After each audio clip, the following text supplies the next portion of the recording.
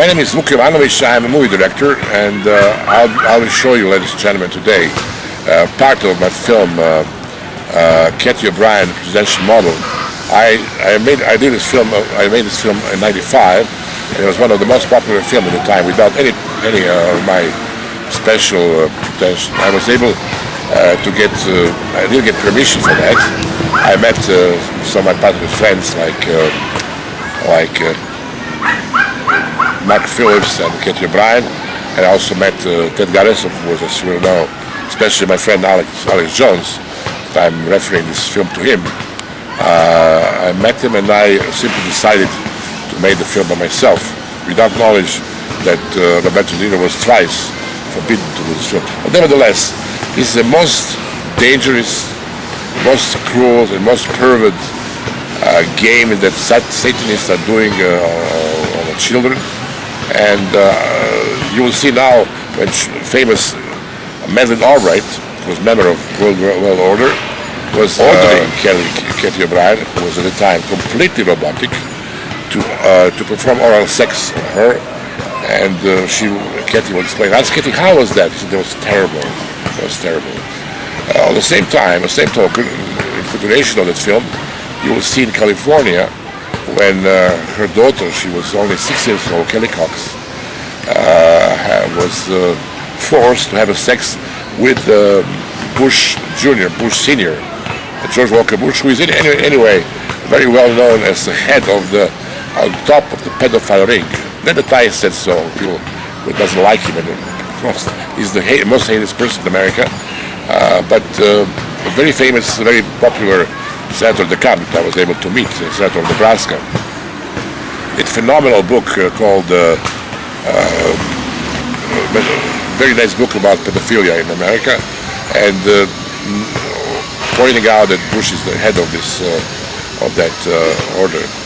And you'll be able to see how Bush has had intercourse with her daughter, and Cheney has had intercourse with Kelly. But very important to remember that I showed this film to my dear friend in Justice Department, Eli Rosenbaum, who was at the time head of Special Office of Special Investigation. He's a Jew, whose father was with my father in the same concentration camp, one of the worst kind of humankind. My father is also a survivor of his father.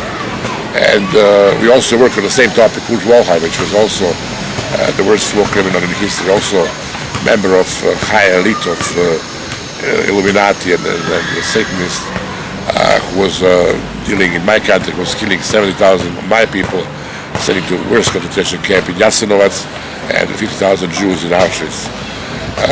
I'm very glad that Justice Department and Eli Rosenbaum was able to, after seeing my film in Justice Department, Washington, he sent young Kelly Cox to London for 2 years of deprogramming process. There are 3 places they're programming people, 2 in London and 1 in Ulm.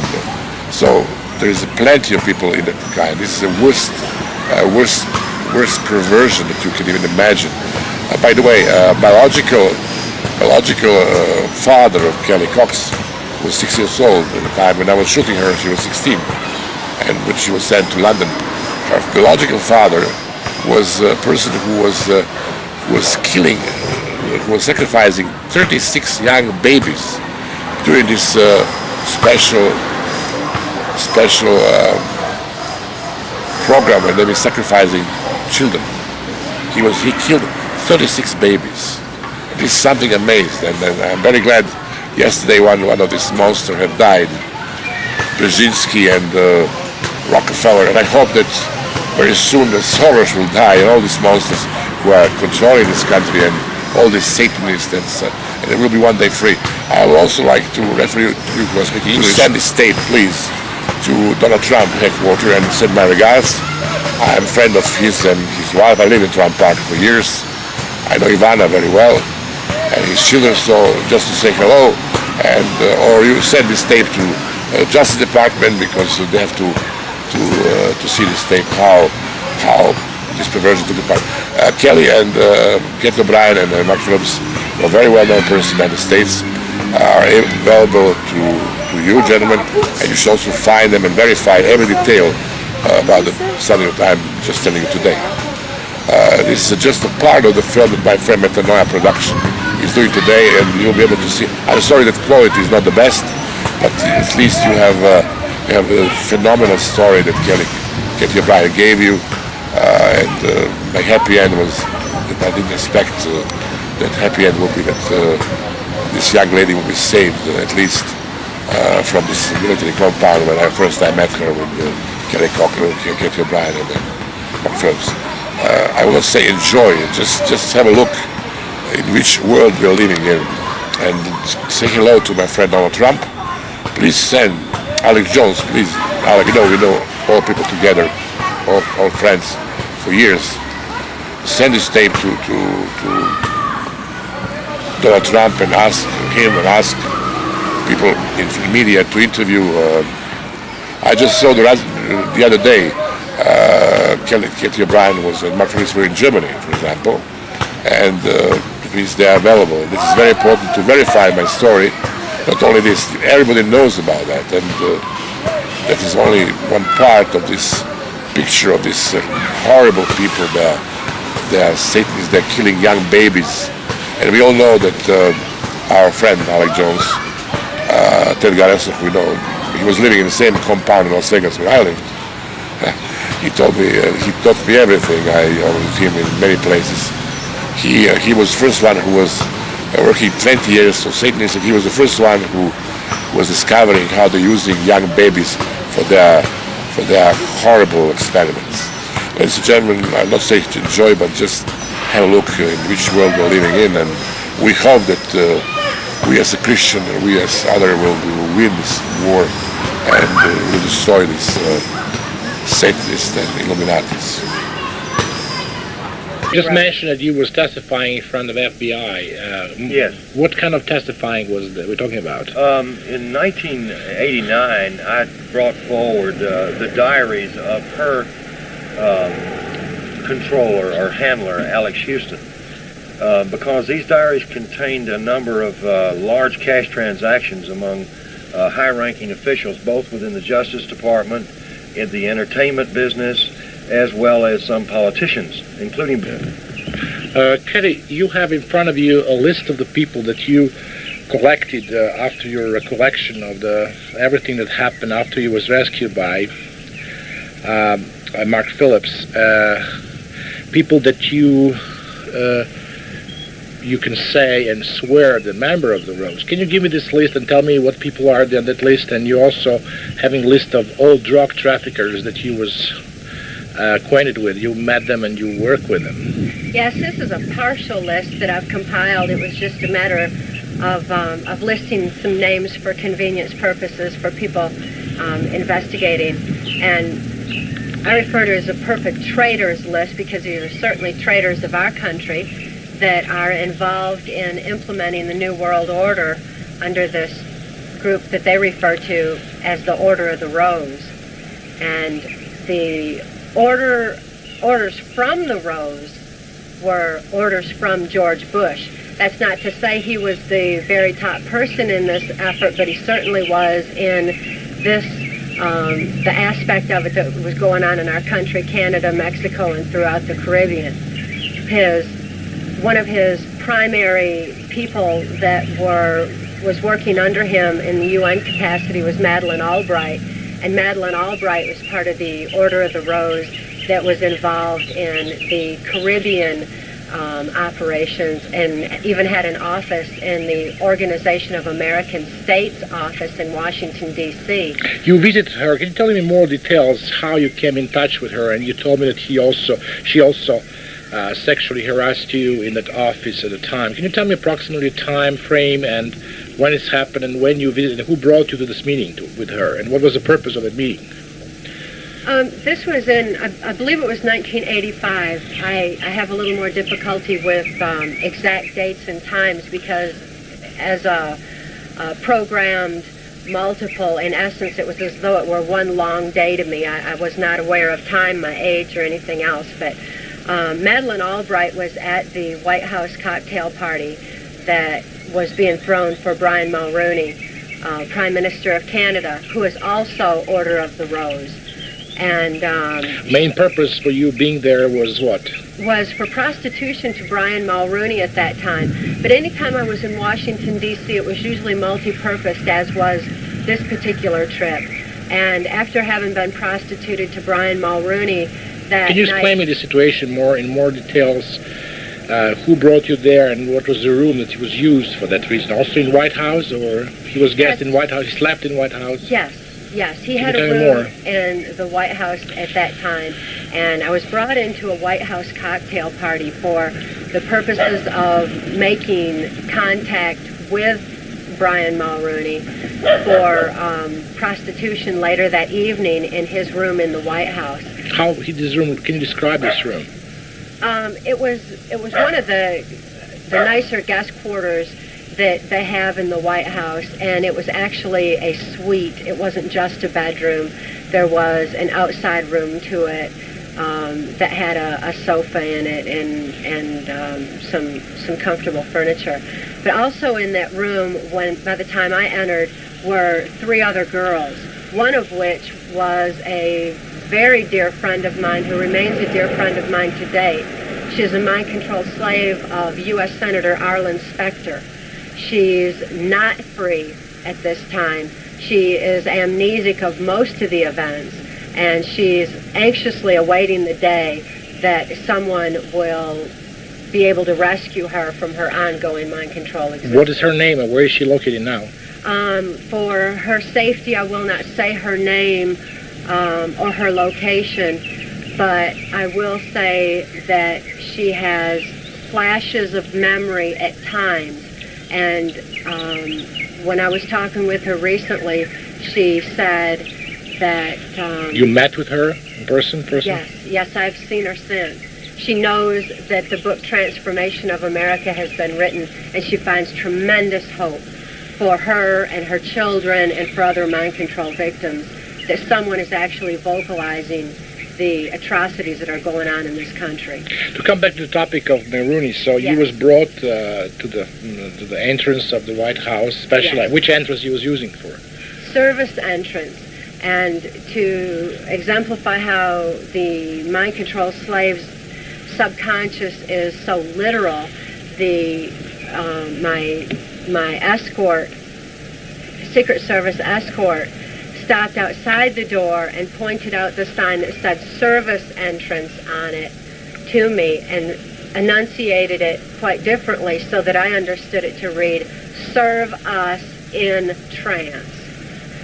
And the service entrance was very often how I was brought into the White House. He took me inside and up to the room that was being used for a cocktail party. Well, actually, it's a series of rooms that's all interconnected where you walk from one right on into It was the during other. the Reagan administration, right? Yes. President Reagan. President Reagan was was president at the time, and Mrs. Reagan was not there, or she was there? not that I saw. She wasn't. I never had any association with her, and didn't see her around at all. So who brought you there? I mean, just Secret Service, but who was your mind control operator at the time?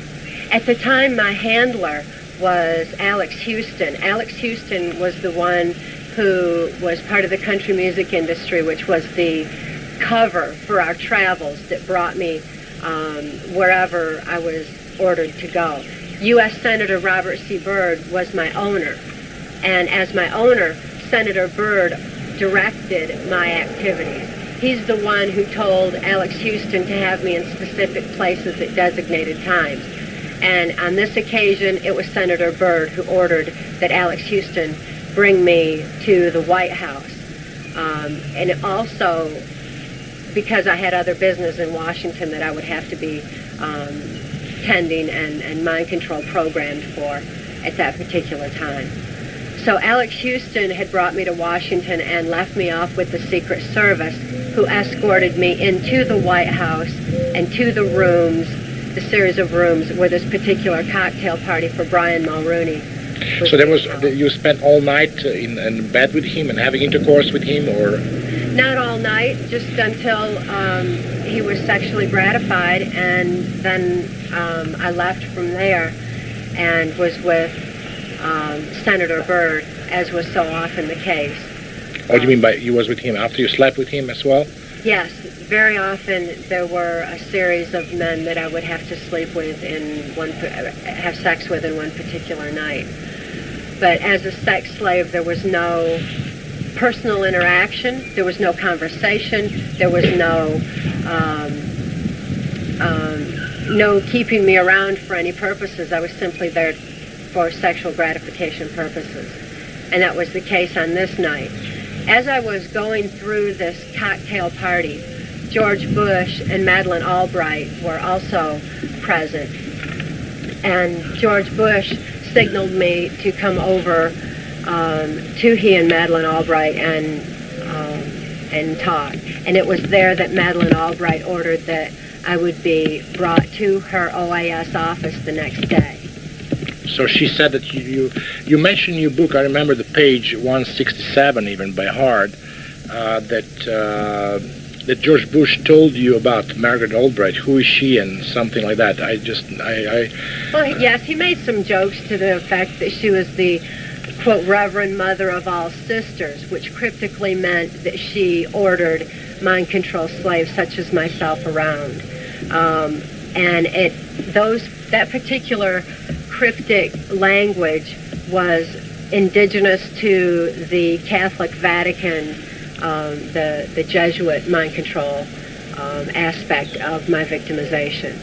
So the Order of the Rose and the Catholic influence that I was experiencing at that particular time put me into the Catholic Jesuit mode of operation that I had been previously programmed for and conditioned for, and was often used for carrying out particular Caribbean operations. And now your second meeting with her was in that building that you was mentioning before. Can you describe the building and her office and how it looks like and how this event had happened? Well, the OAS building is located in Washington, D.C., and Alex Houston dropped me off out front. I went through the front door, and there's like a hallway that goes all the way through the OAS building and right out to the back where there's a rock garden. Her office... How the garden looks like? There's some elements you can describe? The rock garden had a little walkway, like a sidewalk, where people who worked there, people who were brought in, could go outside. There were different rocks, some trees and shrubs there, and a lot of Caribbean art was around the woodwork. I noticed that there was some Haitian artwork in particular that I recognized from having been in Haiti on operations so many times. So you was first probably, you went through the guard there and who told you where you're going, right? And first somebody asked you where you're going, or... No, I just went straight in. I already knew where I was supposed to go, and I'm sure that the different indicators that I was wearing was a tip to many that I was part of the CIA operations anyway. I, too, had to wear the different roses, and particularly in my hair. But I had been given a little red rosy cross when I was first brought into the Order of the Rose. Could you just keep this, what you was talking yesterday, and I just want to be curious if you can tell us on the camera that. You went to her room and she was sitting there, right? And she was... yes, after we talked outside and I had received my orders, she brought me back into her office, which is located near the rock garden, and it's on the left as you go in. The office was really quite small, but it too had some of the Caribbean art on the walls. Some Haitian carvings were around the room. There was a file cabinet. Overall, it was a relatively small office because it was not her main office. But this OAS office was directly connected to the United Nations, and anytime I was around Madeleine Albright, the Catholic Jesuit aspect was accessed and used, and she accessed my sex programming at that time and made me perform oral sex on her before leaving. So how long was this action? So what she did was she just take her clothes off and order you to order oral sex on her? Well, actually, she just removed her panties. She was wearing a dress at the time, a longer skirt, which was more suitable for summer. It was a summer type weather anyway, and she just removed her her nylon panties and had me perform oral sex on her while she sat in her office chair. And was she excited with that? Did she have orgasm? Yeah. You can think of. How long you stayed there in her office? As long as it took. I really don't know how long it was. Any time for something so disgusting is too long.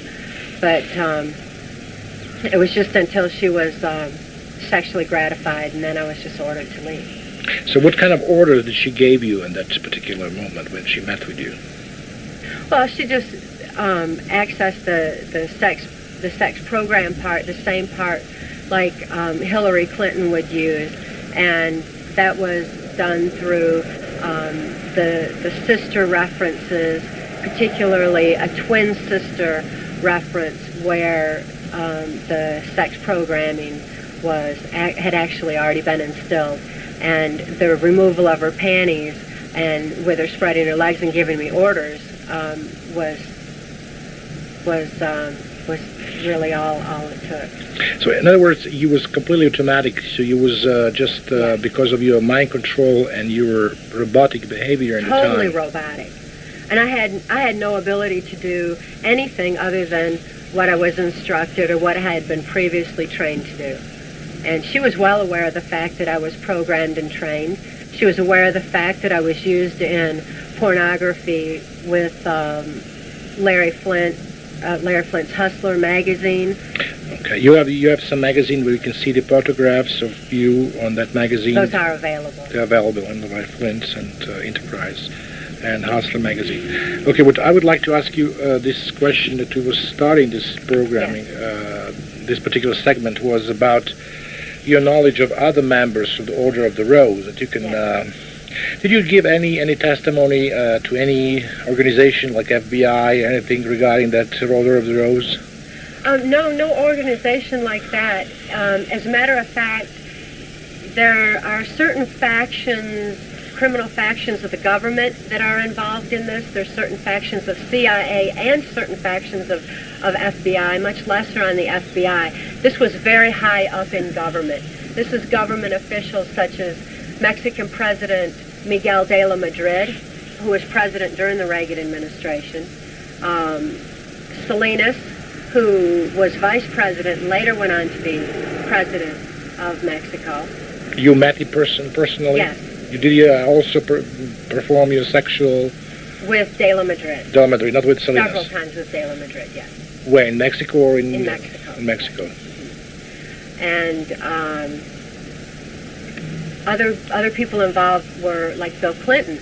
In 1984, I had occasion to be at the CIA Near-Death Trauma Center compound in Lampe, Missouri, and Bill Clinton and George Bush were there together. Mm-hmm. To some people in this country, it seems odd that a Republican and a Democrat would be together. But in fact, their agendas were exactly the same. Their agendas didn't even have to do with the Democratic-Republican parties, did not have to do with the best interests of the United States. Their interests were this new world order. They both had exactly the same goal and the same agenda. At that time, they were conversing to that effect, and Bush said that when the American people became disillusioned with the Republican Party, that Bill Clinton, as a Democrat, would be brought into the presidency to finish carrying out this new world order plan. Other subject is when you was discussing, I'm recalling now the tape that you sent me to Europe, what I was showing to people that editors and some people from the various magazines that find big interest, but at the same time very big skepticism, because they don't have particular details in their topics. You was talking about this hunting field when Bush and Clinton were present. Can you tell me more particular where was happened, which plant you're talking about, and what you detailed, how you can detail that? Well, this was this most dangerous game, as they referred to it, was a matter of human hunting. And when a mind-control slave such as myself was stripped of clothes and turned loose in the woods, I was then hunted by George Bush, Dick Cheney, and Bill Clinton, among others. But they were the main ones. I do not believe that it was necessary for them to have subjected me to this form of trauma. There were so many other traumas going on at the time. My mind was already prime conditioned for mind control program. So I really don't understand it, except for the fact that they found great pleasure in this form of human hunting. And they took it from particular military maneuvers. And Which base we're talking about when you was recalling the situation when Clinton was present and Mr. Bush? Which airspace? There's a little place called Lampe, Missouri, that's just across the Arkansas line. Bill Clinton was governor of Arkansas at that time, and his whole cocaine operation that was Mena, Arkansas was the main hub for, was bringing cocaine into this CIA compound.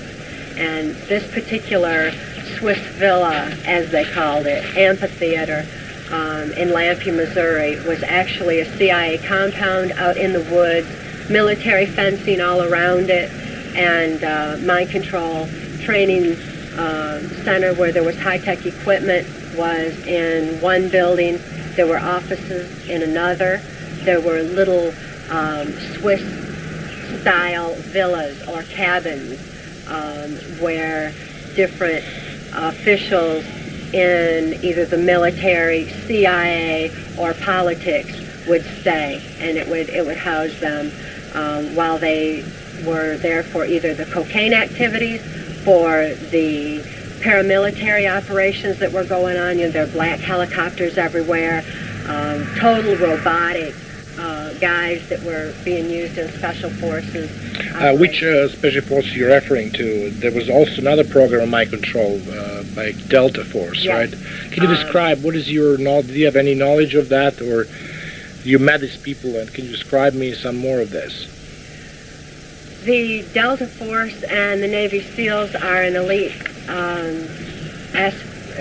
part of the military that is mind controlled, like the mercenaries. I'm more familiar with the mercenaries that were being trained to carry out international operations that weren't necessarily sanctioned by Congress, and they were brought into other countries, such as South America, and to carry out their orders. When in a country like that, the airplanes would then come back with the drugs in them, and the drugs were then sold on the streets here in America and really worldwide. The CIA's so-called war on drugs was nothing more than the CIA eliminating their competition and taking over the drug industry. So it was all inter-attached. It all interworked. At this particular compound in Lampe, Missouri, the paramilitary operations there were for more of the UN aspect. They didn't wear UN uniforms. They wore black uniforms, had black helicopters, and this was for implementing the New World Order and didn't really have anything to do with our actual military defense. So there were some specific units which was probably out of control, maybe, but they was very well known to the President of the United States because he was taking part of that. Oh, very well known, yes, and maybe not so well known even to some higher officials in the military, because this was not a routine military. It was a routine military base. It was not routine military maneuvers. It was not known to the American public. Instead, this was secret operations, and like I said, for the purposes of bringing in the New World Order. And also, I believe, requiring a lot of money that was paid on the street of various cities, yes, which was used for various operations. Yes, there's enormous amounts of money that were brought in through the drug industry. If we had this this illegally gained money actually being used for our country, we wouldn't have a national debt here. There wouldn't be any problem at all. But instead, all this money was being used for the global effort. So the money was being funneled into that. Much of it, I'm aware, was being funneled through the Catholic, like the Catholic convent, Jesuit schools, and all the money a lot of times was being funneled right through there, through the Catholic Church for laundering purposes, and then actually put into the New World Order effort. Another one of these compounds was on Mount Shasta in California. You were there too? Yes, I was. How many times you were there? One time I was taken there. Which year we're talking about? Which year? Can you recall the year? December 1986. And that was when George Bush and Dick Cheney were at that particular compound and indulged in their perverse pleasure of most dangerous game. Did you sleep with George Bush yourself? No, never. Even though he was present when he had turned me loose in the woods, he also had turned my daughter, Kelly, loose. She was only 6 years old at the time. And later on that evening, when Kelly was brought in... California? You're talking about California?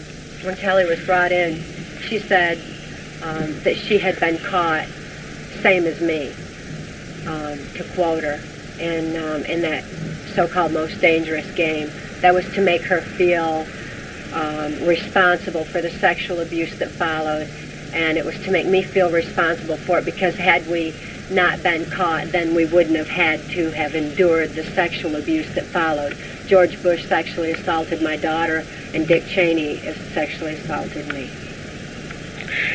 So now, can you recall who brought you to this Californian based and